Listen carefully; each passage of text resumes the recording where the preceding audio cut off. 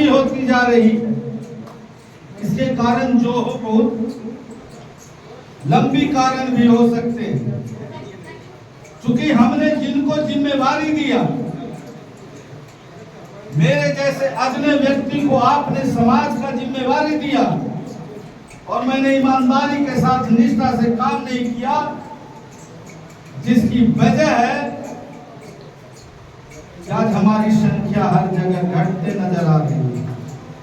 हिंदुस्तान का कोई ऐसा स्टेट नहीं है जहां एक जाति यादवों को टारगेट की गई। यादवों को टारगेट किया गया है। यादव को शिक्षा के क्षेत्र में रोको, आर्थिक क्षेत्र में रोको, राजनीतिक क्षेत्र में रोको और सामाजिक क्षेत्रों में यादवों को रोकने की साजिश बड़े पैमाने पे चल रहा है। इस साजिश को कौन समझेगा? ये साजिश को हमारे जैसे लोग जिसने समाज का जिम्मेवारी लिया है, अगर ये चोला हमने समाज का पहना है तो ईमानदारी के साथ, समाज के साथ अगर जो व्यक्ति गद्दारी करेगा, संगठन की जिम्मेवारी लेकर जो व्यक्ति संगठन का काम नहीं करेगा, समाज कभी उसे माफ नहीं करता। इतिहास साक्षी है।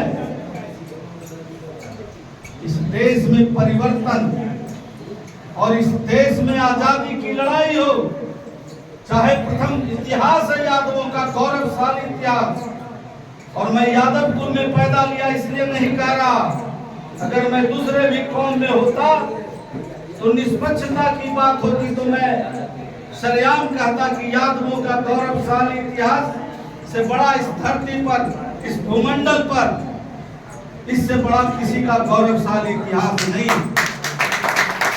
चाहे प्रथम विश्व युद्ध हो, उमेश बाबू, चाहे द्वितीय विश्व युद्ध हो या हिंदुस्तान की जितनी भी लड़ाइयां लड़ी गई हो, 37,341 अहिरवाल के यादवों ने इस देश के लिए अपने को कुर्बान किया है। हमारा रिकॉर्ड अभी 18 नवंबर आएगा।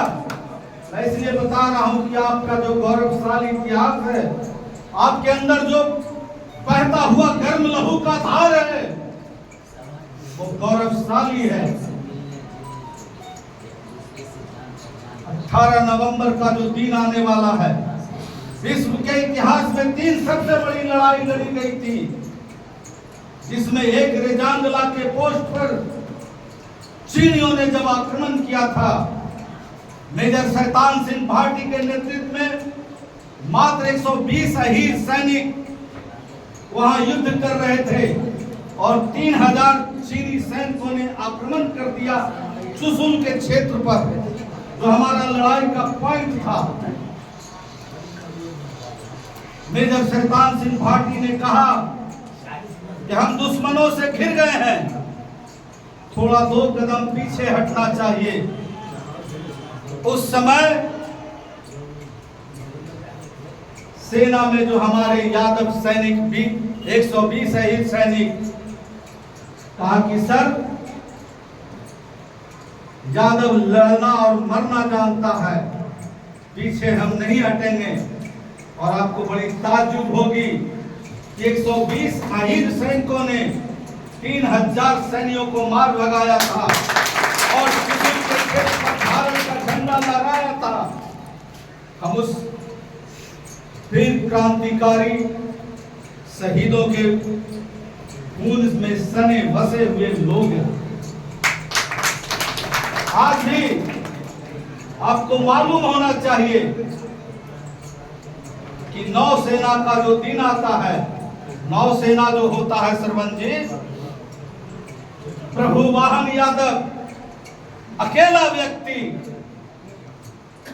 2100 पाकिस्तानी सेनाओं को बंदरगाह पर मार गिराया था और उनकी तोपें और उनकी नावों को नष्ट कर दिया था।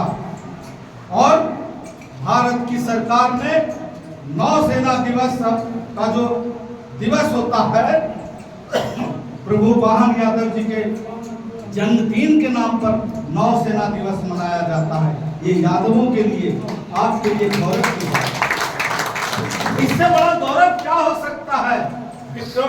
विक्टोरिया क्रॉस करने वाला हिंदुस्तान का पहला आदमी, हिंदुस्तान का पहला आदमी मेजर हरनाम सिंह यादव विक्टोरिया को क्रॉस कर गया। और आपका गौरवशाली इतिहास कितना बड़ा है। कानपुर के चौधरी हरमोहन सिंह यादव, हिंदुस्तान का पहला यादव, सेना में जो वीरता का चक्र दिया जाता है और सेना के बाहर जो असैनिक वीरता का सबसे बड़ा शौर्य चक्र प्रदान किया जाता है, चौधरी हरमोहन सिंह यादव जी को मिला। ये हिंदुस्तान में हमारी उपलब्धि रही। विदेशों की उपलब्धि बताऊं